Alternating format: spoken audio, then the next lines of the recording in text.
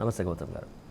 ప్రధానంగా మనం చూస్తాం నిన్న జరిగినటువంటి రైతు గర్జన ఏదైతే 22A కింద చట్టం కింద పెట్టేటువంటి భూములు ఇష్టానుసారంగా చాలా సంవత్సరాల కిందటువంటి భూములు చెప్పా పెట్టకుండా చేర్చడం పట్ల రైతులు ఆగ్రహం వ్యక్తం చేస్తున్నటువంటి సిచ్యువేషన్ చూస్తున్నాం. అలాగే బీఆర్ఎస్ క్యాడర్ మొత్తం కూడా అక్కడ సపోర్ట్ చేసినటువంటి అంశం చూస్తున్నాం. ప్రధానంగా మాజీ మంత్రి మల్లారెడ్డి కావచ్చు, ఆర్ఎస్పీ కావచ్చు చేసినటువంటి సందర్భం చూస్తున్నాం.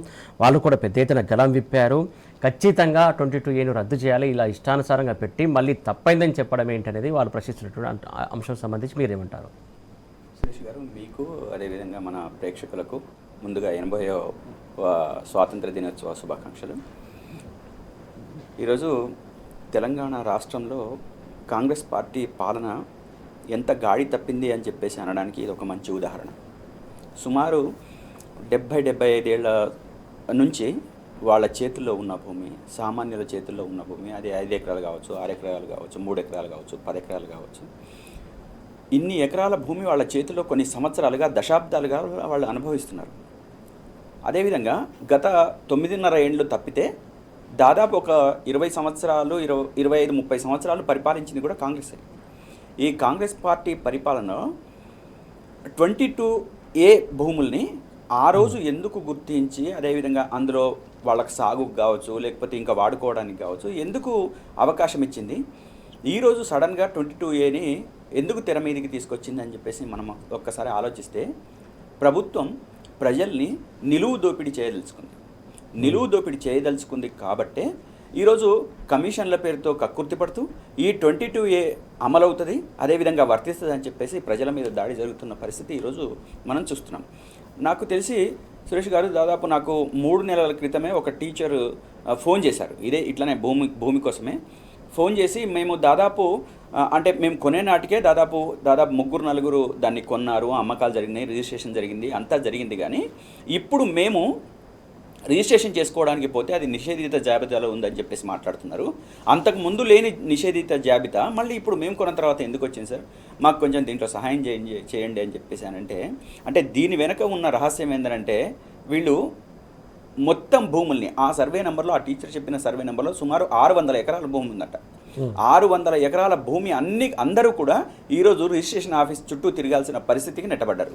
కాబట్టి ఇక్కడ కూడా రైతులు సాగు చేసుకుంటున్నారు, పంట పండించుకుంటున్నారు, అదేవిధంగా అమ్ముతున్నారు, వాళ్ళు అనుభవిస్తున్నారు. కొన్ని దశాబ్దాలుగా అమ్ముతున్న భూముల్ని ఈరోజు ఎట్టి పరిస్థితులలో కూడా దాంట్లో అది నిషేధంలో ఉంది కాబట్టి ఆ నిషేధంలో ఉన్న భూమిలో వెళ్ళడానికి వీల్లేదని చెప్పేసి ప్రభుత్వం చెప్పడము అనంటే, ఒక రకంగా ప్రజల యొక్క హక్కుల్ని కాలరాయటము, అదేవిధంగా దాని పేరుతోని కమిషన్ల దందా, అదేవిధంగా మొత్తం సంపాదన మీద ఎట్లయితే దండుయాత్ర చేస్తున్నారో ఈ దండుపాళ్యం బ్యాచ్, దీంట్లో మనం స్పష్టంగా చూడవచ్చు.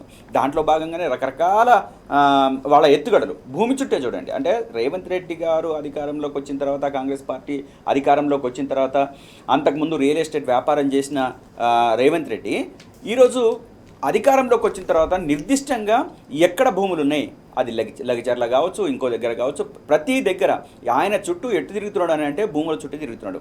భూముల చుట్టూ తిరుగుతూ అక్కడ ఆ భూముల మీద కన్నేయటము, అన్నదమ్ముల్ని పంపించటము, అన్నదమ్ముల పేరుతో కమిషన్లు కొట్టేయడము, ఈ కమిషన్లు కొట్టేసి డబ్బు సంపాదించుకోవడం అనే ఆలోచన తప్ప వేరే ఉద్దేశమే ఈరోజు ప్రభుత్వానికి లేనిదానిగా కనపడతా ఉంది. కాబట్టి ప్రభుత్వం ఇప్పుడు ప్రజలకు సమాధానం చెప్పాలి. కొన్ని 100,000 ఎకరాలు ఈరోజు మొత్తం రాష్ట్ర వ్యాప్తంగా వాళ్ళు 22Aలు చేర్చించు. చాలామంది కూడా ఇంకా విషయాలు తెలియదు. ఇప్పుడు తెలిసిన వాళ్ళు ఈరోజు పోరాటంలోకి వచ్చారు. ఇప్పుడు మల్లారెడ్డి గారు కావచ్చు, ఇక్కడ ఆర్ఎస్పీ గారు చెప్పింది కూడా, ఒక్క గుంట బోనివ్వమని చెప్పేసి అంటే దాంట్లో ఎంత నిగూఢత ఉంది, ఎంత అర్థత ఉందో మనం అర్థం చేసుకోవాలా. అంటే రైతులకు భూమికి ఉన్న సంబంధము, రైతులకు అదేవిధంగా వ్యవసాయానికి ఉన్న సంబంధము, రైతు భూమి పట్ల ఎంత ప్రేమ, ఆప్యాయత, అనుబంధాన్ని కలిగి ఉంటాడో మనందరికీ తెలిసిందే. అటువంటి భూమి అతనిది కాదు, ఆ రైతుది కాదు, ఆ వ్యక్తిది కాదు అని చెప్పేసి అంటే వాళ్ళు ఎంత తల్లడిల్లే పరిస్థితి ఉంటుందో మనం ఒక్కసారి ఆలోచించాల్సి అవసరం ఉంది. ఇటువంటి వ్యవహారాలని ఏ రోజు కూడా బీఆర్ఎస్ ప్రభుత్వం, కేసీఆర్ గారు ఎప్పుడు కూడా దాన్ని పరిగణలోకి తీసుకోలేదు. అంటే రైతుల అనుభవించిన భూమిని రైతులుగానే గుర్తించిన సందర్భం. ఈరోజు వాళ్ళు ధరణి మీద ఇష్టం వచ్చినట్టు మాట్లాడి అవాకులు చెవాకులు పేల్చి అది బాగలేదు ఇది బాగలేదు అంటే రైతుల్ని కానీ ప్రజల్ని కానీ నిలువు దోపిడీ చేస్తున్నారు, లేకపోతే ఇష్టం వచ్చినట్టు ఇష్టానుసారంగా రిజిస్ట్రేషన్లు చేసుకుంటున్నారని చెప్పేసి మాట్లాడిన ఇదే విద్యావంతులు, ఇదే విజ్ఞానవంతులు, అదేవిధంగా ఈ కాంగ్రెస్ పార్టీ చెప్పిన మాటలకు నమ్మి మోసపోయిన వాళ్ళు ఈరోజు ఏం మాట్లాడతారు దీని మీద? 22A మీద విద్యావంతులు కొంతమంది కలిసి ఈరోజు ప్రెస్ క్లబ్లో మీటింగ్ పెట్టినారు. ఇది సరి అయింది కాదు, ప్రభుత్వం ఇటువంటి చర్యలకు వెంటనే ఉపసంహరించుకోవాలి, ఇటువంటి చర్యలు చేయడానికి లేదని చెప్పేసి అన్న ఇప్పటికీ ప్రభుత్వం దున్నపోతు మీద వర్షం కురిసినట్టుగానే ఉంది తప్ప వెంటనే చర్యల్లోకి వెళ్ళట్లేదు. అంటే దాంట్లో సరి చేసుకోవడానికి మేము ఒక ఆప్షన్ పెట్టినామని చెప్పేసి మాట్లాడుతాం. అసలు నువ్వు 22A భూముల్ని నిజంగా నీకు దాంట్లో ఏవైతే కొన్ని అసైన్మెంట్ ల్యాండ్స్ ఉన్నాయో, ఎండోమెంట్ ల్యాండ్స్ ఉన్నాయో, లేకపోతే కంటోన్మెంట్ అంటే ఆర్మీ ల్యాండ్స్ ఉన్నాయో, ఇటువంటి ల్యాండ్స్ ఉన్నప్పుడు గత 30-35 ఏళ్ల క్రితం నుంచి కూడా అధికారంలో వాళ్ళే ఉన్నారు. ఎందుకు దాన్ని పకడ్బందీకి అమలు చేయలేదు? అమలు చేయకుండా ఈరోజు ప్రజల మీద ఎందుకు దాడి చేస్తున్నారు? మళ్ళీ కబ్జాలు చేసుకోవడానికి లేదా దోచుకోవడానికి ఎందుకు ప్లాన్ చేస్తున్నారు అనేది ఈరోజు ప్రధానంగా రాష్ట్ర వ్యాప్తంగా ఉన్న ప్రజలంతా మాట్లాడుతున్న పరిస్థితి. ఇది ఇంకా విస్తృతంగా ప్రజల్లోకి వెళితే వాళ్ళు కూడా వాళ్ళ ఎంతవరకు నిషేధిత జాబితాకు వెళ్ళినాయా వెళ్ళలేదా ఏంటి అని చెప్పేసి ఇంకా చెక్ చేసుకోవాల్సిన పరిస్థితి ఉంది. అదేవిధంగా అసైన్మెంట్ ల్యాండ్స్ ఉన్నాయి. అసైన్మెంట్ ల్యాండ్స్ని కూడా ఆనాటి గవర్నమెంట్స్ కూడా అంటే అమ్ముకోవడానికి కొనుక్కోవడానికి వెసులుబాటు కనిపించిన దుర్మార్గ ప్రభుత్వాలు ఆనాడు ఉన్నాయి. ఆ ఆనాటి ప్రభుత్వాలు ఈనాటి దాకా మళ్ళీ కొత్తగా ఈరోజు తీసుకొచ్చి ఇవన్నీ చెల్లవు అని చెప్పేసానంటే కొన్నవాళ్ళు ఏం కావాలి, అమ్మిన వాళ్ళు ఏం కావాలి, కట్టుకున్న ఇండ్లు దాని మీద ఇంట్లు కావచ్చు ఇంకోటి కానీ కట్టుకున్న వాళ్ళు ఏం కావాలి? అంటే వాళ్ళు అనుభవిస్తున్న ఆస్తినంతా కూడా అది ఇల్లు రూపంలో కావచ్చు లేకపోతే వ్యవసాయ రూపంలో కావచ్చు ఏ రకంగా తీసుకున్నా కానీ వాళ్ళు అనుభవంలోకి వచ్చిన తర్వాత వాళ్ళ చేతిలోకి ఉన్న తర్వాత సడన్గా ఈరోజు 22A అమలు చేస్తామని చెప్పేసానంటే ఇది ఎవరి ప్రయోజనాల కోసం అని చెప్పేసి మాట్లాడుతున్నాం. ప్రభుత్వంలో ఉన్న పెద్దలంతా ఆలోచించాలా. ఈరోజు నోరుంది కదా అని చెప్పేసి ఇష్టం వచ్చినట్టు మాట్లాడే ఈ ముఖ్యమంత్రి ఎందుకు ఈ 22A గురించి ఇప్పటిదాకా కూడా ఒక నిర్దిష్టమైన రివ్యూ చేయట్లేదు, కూర్చొని మాట్లాడట్లేదు? ప్రభుత్వానికి ఒక క్లారిటీ ఉందా? అసలు 22A భూములు ఎంతమంది చేతులలో ఉన్నాయి, ఏమున్నాయి, వీటిని మనము అంటే ప్రజల పక్షాన్ని చేయడం కోసం అంటే ప్రజలకు ఇవ్వటం కోసమా లేదా దాన్ని సరళం చేయడం కోసమా ఏం చేయాలని చెప్పేసి మాట్లాడాల్సిన బాధ్యత లేదా? అదేవిధంగా గతంలో మనము అంటే మా ప్రభుత్వము బీఆర్ఎస్ ప్రభుత్వం కేసీఆర్ గారి నాయకత్వంలో ఉన్నప్పుడు ప్రాజెక్టులు భూములు తీసుకుంటే ఇష్టం వచ్చినట్టు చిలువలు పొలవలు చేసి మాట్లాడిన వాళ్ళు వాళ్ళ ఇల్లు ఎందుకు కూలుస్తారు, వాళ్ళని ఎందుకు రోడ్డు మీద పడేస్తారు, దాంట్లో చట్టాలు ఉన్నాయి కదా, చట్టాలకు అనుకూలంగా వాళ్ళకు భూములు ఇవ్వచ్చు కదా అని చెప్పేసి మాట్లాడిన ఇదే రేవంత్ రెడ్డి ఈరోజు అధికారంలోకి వచ్చిన తర్వాత విచ్చలవిడిగా కూలగొట్టట్లేదా? ఆ రోజు మనము వాళ్ళకి కావాల్సిన దానికంటే నష్టపరిహారం ఎక్కువ ఇచ్చి అన్ని రకాలుగా ఆదుకొని ప్రాజెక్టులకు భూములు ఇచ్చి మనం ప్రాజెక్టులు నిర్మించిన సందర్భం. కానీ దాని మీద కూడా చిలువలు మాట్లాడిన వాళ్ళు ఇంకొక మాట ప్రధానంగా కూల్చు గురించి మాట్లాడుతారు కదా, ఏదైతే హైడ్రాపేరిట ఆ కమిషనర్ కూల్చుతాడు, సరే కూల్చేసాం తప్పైంది మీరు మళ్ళీ కట్టుకోండి అని చెప్తాడు. ఈయనే 22A కింద ఇష్టానుసారంగా 1000 ఎకరాలు 1,00,000 ఎకరాలు చేర్చాడు. సరే అందులో పొరపాట్లు ఉన్నాయి, తప్పైంది, సరి చేస్తామని చెప్తున్నాడా? సరి చేస్తాడా? ఇప్పటికి ఇచ్చినటువంటి హామీలకే దిక్కులేదు. ఈ హామీ అయినా నెరవేరుతుంది అనుకోవాలా? 22Aని సవరిస్తాం ఏదో చేస్తాం ఏదో చెప్పాడు కదా. ఇప్పుడు ముఖ్యమంత్రి అంటే చెప్పేది ఒకటి చేసేది ఒకటి ఉంటుంది. ఆయన ప్లాన్ అంతా కూడా వెనక నుంచి ప్లాన్ చేసేదంతా కూడా ఒకటి చేస్తాడు, ముందుకొచ్చి ప్రజల ముందు ఇంకోటి చేస్తాడు. మీరు చూడండి, హైడ్రాతోని కూల్చిన ఇండ్లకు ఇప్పటి వరకు కూడా 10% పీపుల్ కూడా వాళ్ళకు పునరావాసం కల్పించలేని పరిస్థితి, వాళ్ళు ఎక్కడికి పోవాలనో తెలియని పరిస్థితి. అదొక ఇబ్బందికరంగా వాళ్ళ బతుకులంతా రోడ్ల మీదకి వస్తే వాళ్ళకే మేము సరి చేస్తాం లేకపోతే డబుల్ బెడ్రూమ్ ఇల్లు ఇస్తామని చెప్పేసి అన్న వాళ్ళకు ఇప్పటికే వాళ్ళకు కనీస పునరావాసం కల్పించలేని పరిస్థితిలో ఉన్నారు. ఈరోజు మళ్ళీ నువ్వు ఒక విధానం తీసుకొస్తావు, ప్రజల్లో గందరగోళం సృష్టిస్తావు, ఒక అభద్రతను సృష్టిస్తావు, మళ్ళీ నేను సరి చేయడానికి ప్రయత్నం చేస్తా సరి చేస్తా అని చెప్పేసి మాట్లాడతావు. కానీ ప్రాక్టీస్లో వాళ్ళంతా మళ్ళీ ఇబ్బందులు పడే పరిస్థితి. వాళ్ళు వేదిక మీదకి వచ్చిన తర్వాత ఒక మాట్లాడతారు, అదేవిధంగా లోపలికి పోయిన తర్వాత ఇంకోటి మాట్లాడతారు. 22 సరి చేస్తాడని చెప్పేసి నమ్మకం అయితే ఈరోజు ప్రజల్లో లేదు, అదేవిధంగా ప్రతిపక్షంగా ఉన్న మాకు కూడా లేదు. అంటే వీళ్ళు వ్యవహరిస్తున్న తీరు అటువంటిది, బయటకు వచ్చి ఒకటి మాట్లాడుతున్నారు, లోపల ఇంకోటి చేస్తున్నారు. కాబట్టి ఇష్టం వచ్చినట్టు మాట్లాడడం. మీరు చూడండి, బనకచెర్ల కేంద్రంలో మీటింగ్ జరిగిన రోజు అంటే బెస్ట్ ఎగ్జాంపుల్.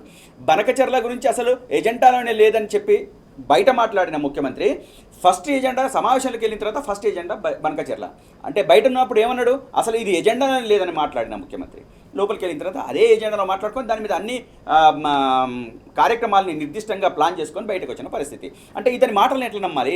బెస్ట్ ఎగ్జాంపుల్ ప్రపంచం అంతా చూసింది. కాబట్టి ఈరోజు కూడా 22A విషయంలో ప్రభుత్వానికి ఒక క్లారిటీ లేదు. ఆ క్లారిటీతోని ప్రజల ముందుకు వచ్చి ఒక క్లారిటీగా చెప్పే అవకాశం లేదు. వాళ్ళకి ఎంతసేపు ప్రజలకు ఇబ్బందుల్లోకి నెట్టేసి వాళ్ళు ఎట్లా కమిషన్లు పొందాలి. ఇప్పుడు ఆ సమస్య మీద పోతారు, ఆ సమస్య మీద పోయినప్పుడు ఇక కమిషన్ల దందా స్టార్ట్. ఆ కమిషన్ల దంద చేసుకొని వాళ్ళు సంపాదించుకోవడం. వాళ్ళకి క్లియర్గా అర్థమైంది సురేష్ గారు, నెక్స్ట్ గవర్నమెంట్ మనది కాదు. ఉన్నప్పుడే చేసుకుందాం, ఉన్నప్పుడే దోచేసుకుందాం, ఉన్నప్పుడే మొత్తం అన్ని రకాల భూముల మీద మనం కన్నేసుకొని మనం సొంతం చేసుకుందామని చెప్పేసి చాలా చాలా పకడ్బందీగా ప్లాన్ చేస్తున్నారు. కాబట్టి ఈరోజు 22A భూముల్లో ఉన్న రైతుల్ని కావచ్చు, ప్రజల్ని కావచ్చు తీవ్రమైన ఇబ్బందులు పెడతా ఉన్నారు, తీవ్రమైన గందరగోళానికి గురి చేస్తున్నారు. వాళ్ళు ఎట్టి పరిస్థితులలో కూడా ప్రజలకు న్యాయం చేయాలని చెప్పేసి వాళ్ళకు లేదు, చేయడానికి అవకాశం లేదు, చెయ్యబోరు అనేది నేను ఖచ్చితంగా చెప్పదలుచుకున్నాను. వాళ్ళు ఒకవేళ చెయ్యదలుచుకుంటే అసలు ఇటువంటి వ్యవహారాన్ని తీసుకొచ్చి ముందు పెట్టేవాళ్ళే కాదు. ఇంకొక తెలియని విషయం ప్రధానంగా ఏదైతే ఇప్పుడు 22A కింద తప్పైంది, దాన్ని సవరించాలని అధికారులకు ఆదేశాలు ఇచ్చానని చెప్పేసి చెప్తున్నట్టు కొన్ని ఎల్లో పత్రికల్లో వార్తలు చూస్తూ ఉన్నాం. ప్రధానంగా ఇదే అధికారులు కదా 22A కింద ఈ భూములన్నీ చేర్చింది, ఇవన్నీ చేర్చింది. మరి ఏ రకాన చేర్చారు, సర్వే చేయడం కావచ్చు, ఈ భూమి ఏది, అసలు ఇక్కడిది, వాస్తవాలు తెలుసుకోవాల్సినటువంటి అవసరం లేదా? సపోజ్ ఒక సర్వే నెంబర్ ఉందంటే అందులో బైలాన్స్ చాలా ఉంటాయి. అందులో బయలున్న 1 ఎకరం, హాఫ్ ఎకరం ఉందో లేకుంటే 4 ఎకరాలు ఉందో తెలియాల్సినటువంటి అవసరం ఉంటుంది. మొత్తం అందులో ఎన్ని ఎకరాలు ఉంటే అన్ని ఎకరాలు దానిలో 22A కింద చేర్చడమే తప్పు కదా? ఫస్ట్ 100% తప్పు. అంటే ప్రభుత్వం తీసుకోవాల్సిన నిర్ణయాలు ఏవైతే ఉన్నాయో అవి అగమ్యగోచరంగా గందరగోళంగా ఉన్న పరిస్థితి ఈరోజు ఉంది. పచ్చపత్రికలు, పచ్చ ఛానళ్ళు వాళ్ళందరూ అంటే ఈ కాంగ్రెస్ పార్టీకి బాగా ఊదొచ్చు, కానీ వాస్తవ పరిస్థితి ఎవరికి తెలుస్తుంది అంటే ప్రజలకు తెలుస్తుంది. నువ్వు వచ్చి దాన్ని సవరిస్తావు అని చెప్పేసానంటే ప్రభుత్వం నిర్ణయం తీసుకుంటుందా? ప్రభుత్వం ఏ నిర్ణయం తీసుకున్నది? నిషేధిత జాబితా 22A కింద నిషేధిత కింద పెట్టేసింది. నువ్వు పత్రికల్లో రాసినంత మాత్రాన ఇక్కడ వాస్తవ పరిస్థితులు మారే పరిస్థితి లేదు. టీవీ ఛానళ్లలో అబద్ధాలు చెప్పడం వలన ఇక్కడ మారే పరిస్థితి లేదు. వాళ్ళు క్లియర్ కట్గా ఇప్పుడు అధికారికంగా వాళ్ళు ప్రకటించింది కూడా లేదు. అంటే ముఖ్యమంత్రి మాట్లాడడం బయటకు వచ్చేసి నేను సవరిస్తా అని చెప్పేసి మాట్లాడవచ్చు కావచ్చు, కానీ వాళ్ళు ఇంటర్నల్గా జరిగే తంతు అంతా కూడా వాళ్లకు ప్రజలకు వ్యతిరేకమైన నిర్ణయాలే తప్ప ప్రజలకు అనుకూలమైన నిర్ణయాలు ఎక్కడా జరిగే అవకాశం లేదు. వాళ్ళు చెయ్యరు కూడా. ఒకవేళ చేసేదే ఉంటే ఈ పని చేసేవాళ్ళు కాదు అని చెప్పేసి అని అంటున్నా. అటువంటి నిషేధిత జాబితా అని చెప్పేసి ఇంకోటిగానే చేసే పరిస్థితి లేదు. ఎందుకంటే ఈ 22A అనేది ఇవాళ కొత్తగా వచ్చిందా? కొత్తగా రాలేదు. కొన్ని దశాబ్దాలుగా ఉంది. 1908 నుంచి అనుకుంటాను. ఆనాటి నుంచి ఈనాటి దాకా ఈరోజు మనకు కనపడతా ఉన్న దాన్ని సవరించింది, సరళంగా మార్చింది, సరళతను తీసుకొచ్చింది, ప్రజల చేతుల్లో భూములు పెట్టింది, లేదా వ్యవసాయానికి అనుకూలంగా కావచ్చు, అసైన్మెంట్ ల్యాండ్స్ కావచ్చు, ఎండోమెంట్ ల్యాండ్స్ కానీ వీటన్నిటి మీద ఆనాటి నుంచే ఒక స్పష్టమైన నిర్దిష్టమైన ఆలోచన ఉన్న తర్వాత మరి 20-30 సంవత్సరాలు ఈ రాష్ట్రాన్ని పరిపాలించిన, ఉమ్మడి ఆంధ్రప్రదేశ్ని పరిపాలించిన కాంగ్రెస్ పార్టీ ఆ రోజు ఎందుకు కళ్ళు మూసుకున్నది? ఈ రోజు మళ్ళీ తీసుకొచ్చి కళ్ళు తెరిచినట్టు ఈ రోజే వచ్చి చట్టం వచ్చినట్టు ఎందుకు వ్యవహరిస్తూ ఉందని చెప్పేసి మేము అడుగుతున్నాం. ప్రభుత్వం వెంటనే ఇటువంటి చర్యల్ని మానుకోవాలి. ప్రజలకు గందరగోళపరిచే చర్యల్ని మీరు మానుకోకపోతే ప్రజల చేతిలో తప్పనిసరిగా మీరు మూల్యం చెల్లించుకోక తప్పదు. అదేవిధంగా రేపు రాబోయే రోజులలో ఖచ్చితంగా మూల్యం చెల్లించుకుంటారనేదే మేము బీఆర్ఎస్గా చెప్తున్నాము. ప్రభుత్వం వెంటనే వెనక్కి తీసుకోవాలి. ఈ దాని మీద నిషేధిత జాబితాను చెక్ చేసుకోవాలి. ఇట్లా చెయ్యొద్దు అని చెప్పేసి మేము డిమాండ్ చేస్తాం.